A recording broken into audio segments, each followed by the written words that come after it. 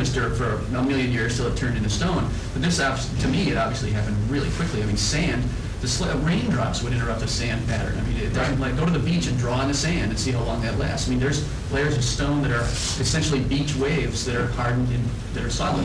Red Rock happened very quick. Denver, I've been there. Yeah, Red Rock's been there a bunch of times. It's that stuff happened real fast. And the dinosaur footprints at Red Rock are at a 45-degree angle. That's right.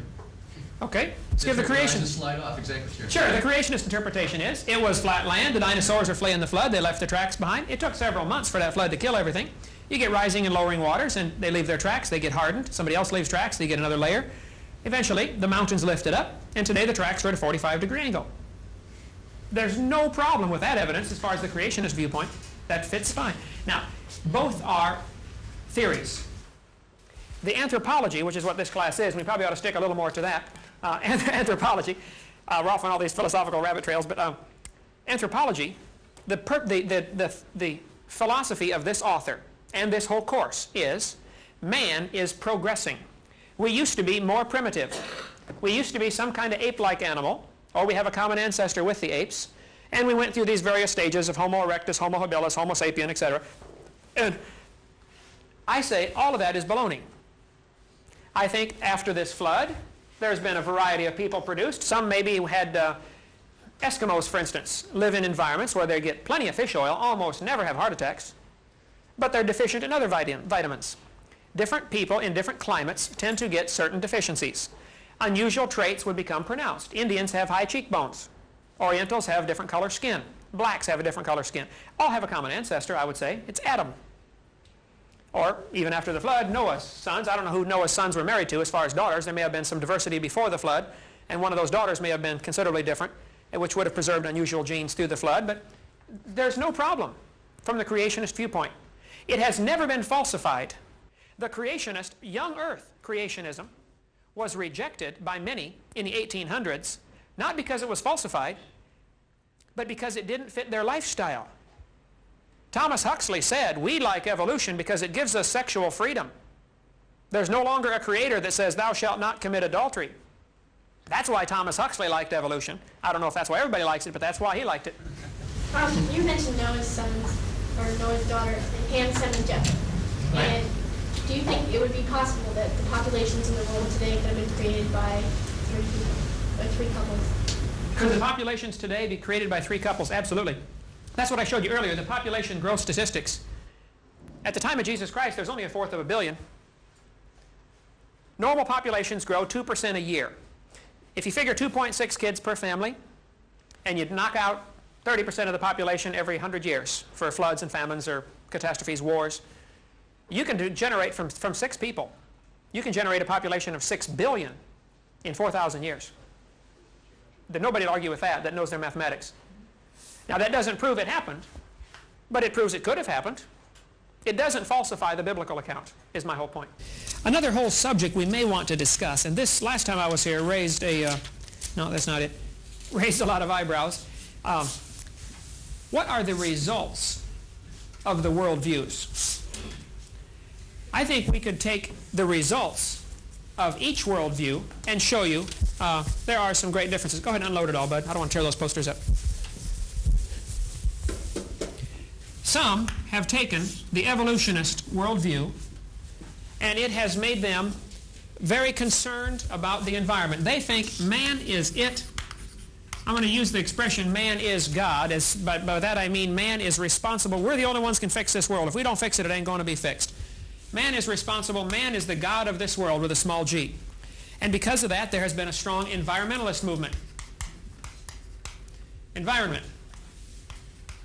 We got to save the environment. We're destroying our own environment. It's up to us. We got to fix it.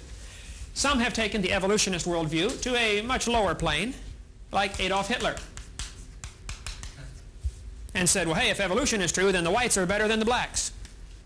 I think I could point to numerous examples through history. Stalin, Pol Pot of Cambodia. Now, I'm not saying every evolutionist is that way, but it definitely has been used to justify racism. It's also been used, for instance, by Theodore Roosevelt. Roosevelt was an evolutionist, and he thought the Indians were an inferior species. So it's perfectly acceptable to break treaties with the Indians because they're just savages. Joseph Stalin killed 60 million of his own people. Joseph Stalin believed very strongly in evolution. I think I could point historically without a problem to the fact that the evolutionist worldview is responsible for communism. Without the evolutionist worldview, Karl Marx would not have done what he did. Karl Marx tried to dedicate his book to Charles Darwin. Go look at the title page, Das Kapital, in his original one. He knew evolution was the motivating factor for communism. I think you'd find some creationists that have taken the fact that they think there is a creator in this universe. Somebody made this place. And they would say, because there is a creator, there must be some order and design to nature. There must be something, some ordering patterns to look for. Therefore, most of the science advancement in the 1600s, nearly all of those fellows were creationists who were looking for order in nature. Now, they were not all Bible-believing, independent Baptists like me. Some were, a variety of religions, but they were a creationist of some stripe.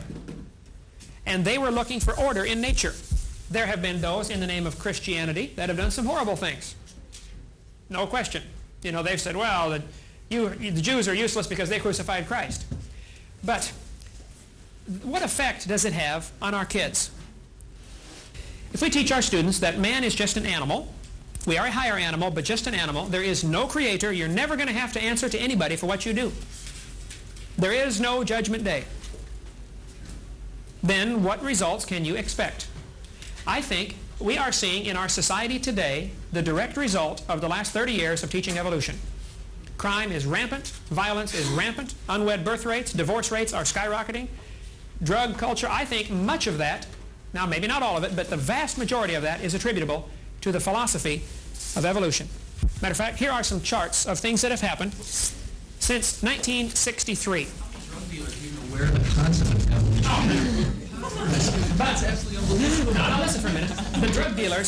The drug dealers, many of them are not aware of the fact that they are going to face God someday, that there is a judgment coming. If a fellow believes he's going to face God... Rastafarian? Yeah, you remember Rastafarian? The Muslims believe there's a judgment day and they're blowing up people by the hundreds. Oh, sure. But let me just show you what's happened in America. This is what's happened to sexually transmitted diseases since 1963 for teenagers. This is the chart, the graph of what has happened. Now, what's causing it? It's up to you to decide. You think about that. Here's what's happened to violent crimes in America since 1963 over the population growth. It's up 544%. Nobody argues with that. Crime is bad.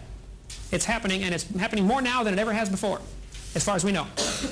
In America, it has. And you're saying that that's caused by the teaching of evolution? I'm saying what you believe determines how you behave.